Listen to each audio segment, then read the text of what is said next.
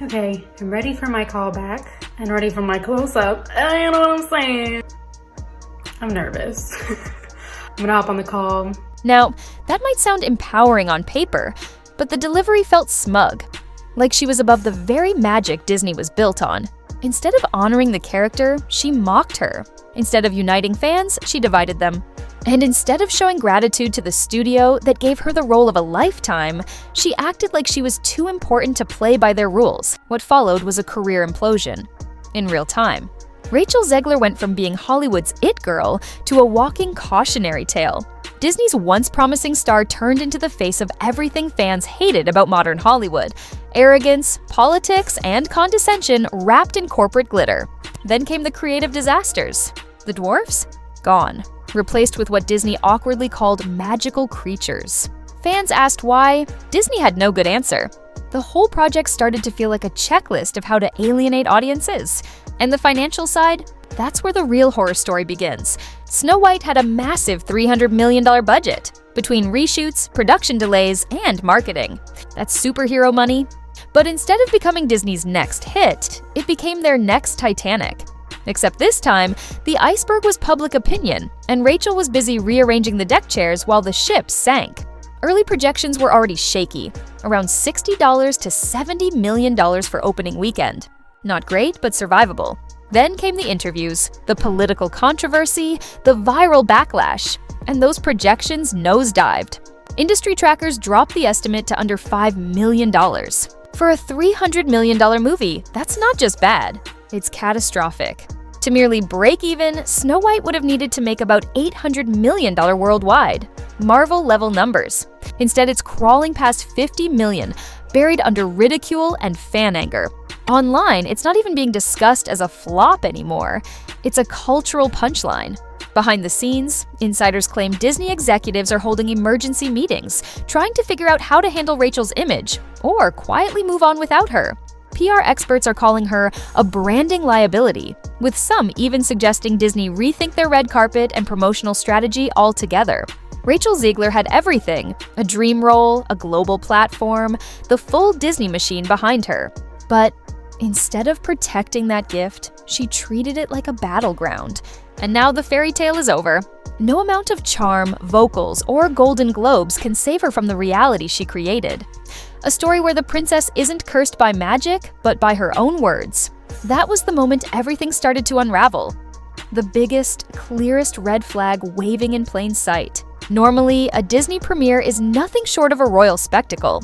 You can feel the magic before you even get to the theater. The red carpet stretches for blocks. Celebrities show up dressed like they're attending a modern-day ball. Cameras flash from every direction, and kids show up in costumes pretending to be their favorite characters. It's chaos in the best possible way. A living, breathing fairy tale that turns Hollywood into a carnival of nostalgia and wonder. But this time, none of that happened. For Snow White, it was like someone at Disney quietly flipped the switch to low-power mode. Everything was scaled back drastically. Only a handful of tightly selected media outlets were invited. There were no A-list cameos, no big marketing push, and certainly no sense of magic. It felt like Disney wanted the film to appear in theaters and disappear just as quietly. The most shocking move? They didn't even open ticket pre-sales until a measly 11 days before release. That's not normal. That's not last minute. That's corporate panic mode. It was the studio's silent signal to brace for impact. A quiet admission that the storm was coming. It was Disney essentially saying, "We'll let her take the hit for this one."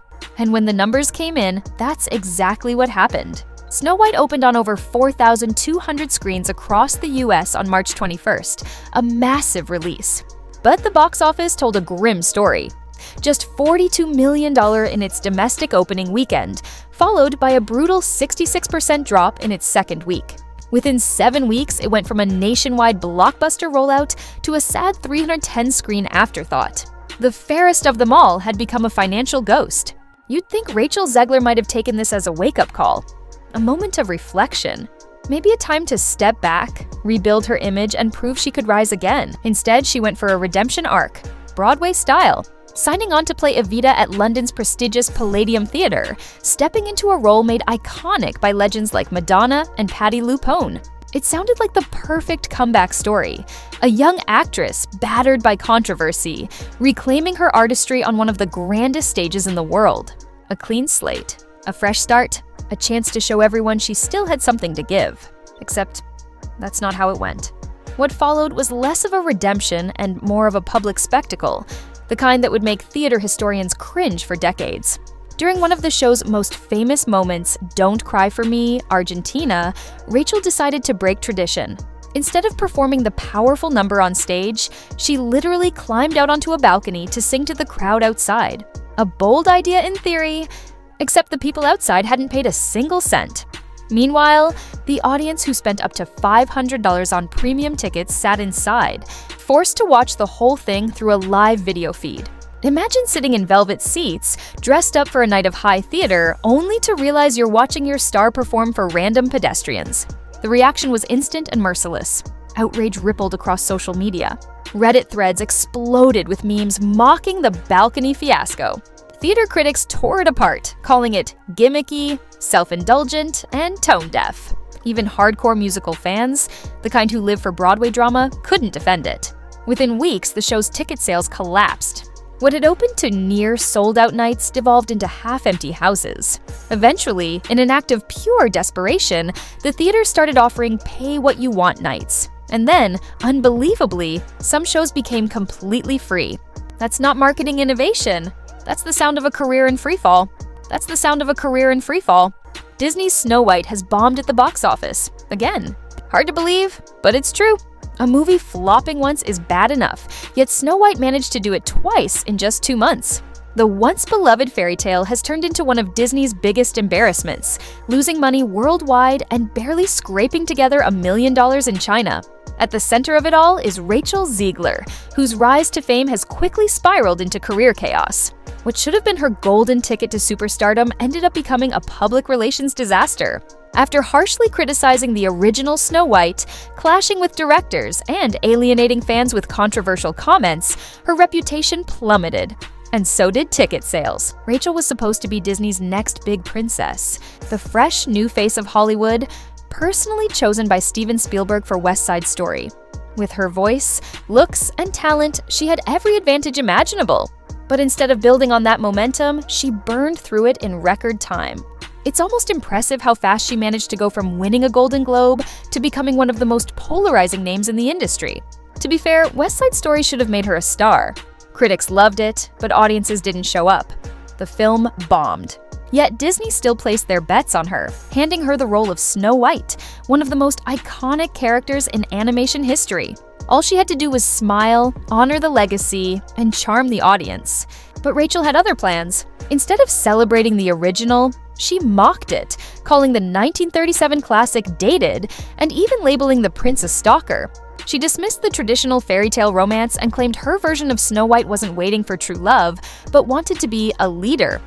Motargi Smipe. Disney framed it as a bold, modern reinvention, but it came off more like a lecture than a movie. What was meant to be a celebration of a timeless story became a symbol of Hollywood arrogance and disconnect. Now, with audiences rejecting both the message and the messenger, Disney's century-old brand is paying the price, and Rachel Zegler is left facing the fallout of her own making. Audiences didn't just roll their eyes, they walked out. You could almost picture Disney executives choking on their branded coffee cups as they watched the disaster unfold. Because here's the thing, you can't insult the foundation of the very story you're rebooting and expect fans to shower you with praise. People grew up with Snow White. They wanted nostalgia, not a lecture about how love is outdated or how the prince is a creep. What Rachel Zegler framed as empowerment came across more like someone desperate to go viral on Twitter. Then came the next twist, her explanation for the character's name. In this new version, Snow White isn't called that because of her fair skin. No, according to Rachel, it's because she and her family survive a snowstorm. That's right. The name supposedly symbolizes endurance, not appearance. But fans were baffled. The original fairy tale literally describes her as white as snow. It's not vague. It's not open to interpretation. It's the entire premise. So when Disney cast a Latina actress in the role, the internet exploded. The debate wasn't just about race. It was about authenticity and respect for the source material. and Rachel's attempt at damage control only made things worse. Her snowstorm explanation turned a beloved fairy tale into a weather forecast. Critics couldn't believe it was real. Even supporters began to cringe. The backlash was massive. And it wasn't just the usual social media noise. Reddit threads, YouTube breakdowns, podcasts, and entertainment blogs all piled on. Unlike The Little Mermaid, where Disney managed to shape the narrative, this controversy spiraled out of control. Rachel wasn't being judged for her acting or talent anymore. It became about attitude. She'd taken one of the most iconic characters in cinematic history and made it sound like she was too cool to care about it. Branding experts started weighing in, warning that her comments could seriously damage the film's image. She was accused of gaslighting fans, labeled a fake feminist, and mocked across platforms. What was meant to be a modern feminist reimagining turned into a PR nightmare, one that neither Rachel nor Disney could seem to escape. And perhaps the saddest part? Beneath all the noise, you could still catch glimpses of Rachel's early excitement. In one interview, she recalled seeing the Snow White logo for the first time and tearing up because it carried her name. That genuine moment, the one filled with pride and gratitude, feels like a lifetime ago. Now, it's buried under months of controversy, outrage, and a legacy Disney will be cleaning up for years. Just when it seemed the Snow White debacle had reached peak chaos, Rachel Zegler found a way to make it even worse by diving straight into political controversy during one of the most heated election years in modern history. In 2024, when tensions were already sky high, she took to Instagram and posted a message that read, "May Trump voters never know peace." Yes, she really said that, and millions of people saw it. Within hours, half the country had mentally crossed her off their list.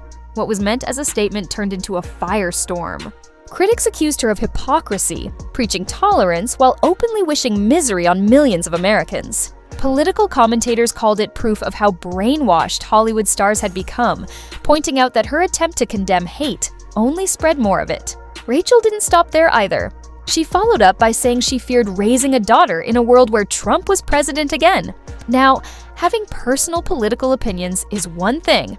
Everyone's entitled to them. But when you're the public face of a family-friendly, billion-dollar Disney franchise, maybe it's not the best idea to curse half of your audience online. Snow White isn't an indie protest film. It's supposed to sell toys, theme park tickets, and costumes. Disney princesses are meant to be neutral, kind, and marketable, not dropping digital hexes on swing states. And let's be real, in a time when political violence was already escalating, her words felt reckless. Even commentators who weren't Trump supporters called her post irresponsible, especially considering the climate of fear and division. Eventually, Rachel tried to walk it back. She apologized, admitting she'd gone too far, but the damage was already done. By then, her image as Disney's wholesome new face was shattered, and Disney's response? Nothing. No public statement. No apology. No attempt at damage control. Total silence. The kind of silence that screams corporate panic. It wasn't protection. It was avoidance. The studio simply waited for the outrage to fade, hoping the internet would move on so they could quietly distance themselves from the whole mess. For a company built on carefully curated smiles and fairy tale magic, their star had turned into a PR nightmare. And the more she spoke, the harder it became to believe this Snow White story would ever have a happy ending. And just when you think things couldn't get worse, they do. Rachel Zegler's biggest problem isn't the backlash, it's her pride. She refuses to back down. No humility, no reflection, just more fuel on a fire that's already burning out of control. Every time she's criticized, instead of owning up or moving on, she doubles down. What could have been a simple PR fix turns into another headline, another lecture. She doesn't act like a Disney princess. She acts like a Twitter activist trying to win arguments nobody asked her to start. People didn't want a social commentary. They just wanted Snow White, a timeless, romantic fairy tale. Not a postmodern rewrite about leadership and independence. But Rachel made it clear, her version of Snow White isn't waiting for true love or being saved by a prince. She's dreaming of becoming a leader. And through it all, Rachel kept insisting she was misunderstood. She gave interviews about resilience, about staying strong through criticism. She said people still lined up to see her. Maybe they did, but not for the reasons she thought. They weren't lining up to celebrate her triumph. They were watching a slow-motion crash, equal parts tragic and fascinating. Now, to be fair, her singing wasn't awful. Her acting wasn't terrible either, but none of that mattered anymore. By this point, Rachel's reputation was louder than her talent. The audience wasn't hearing the music. They were hearing the controversy. They weren't watching a character. They were watching the person who, in their eyes, had become a symbol of arrogance, politics, and tone-deaf celebrity ego. Her Evita run didn't redeem her. It just deepened the divide. And just when it seemed like things couldn't get worse, the story started leaking. Reports from both the Snow White set and her Broadway production painted an unflattering picture. Working with Rachel, insiders said, was exhausting, draining, and chaotic. Not in the fiery artist way, more in the why is she rewriting scenes again way. She reportedly clashed with directors, challenged dialogue, and even tried to rewrite her Snow White lines to make them more modern.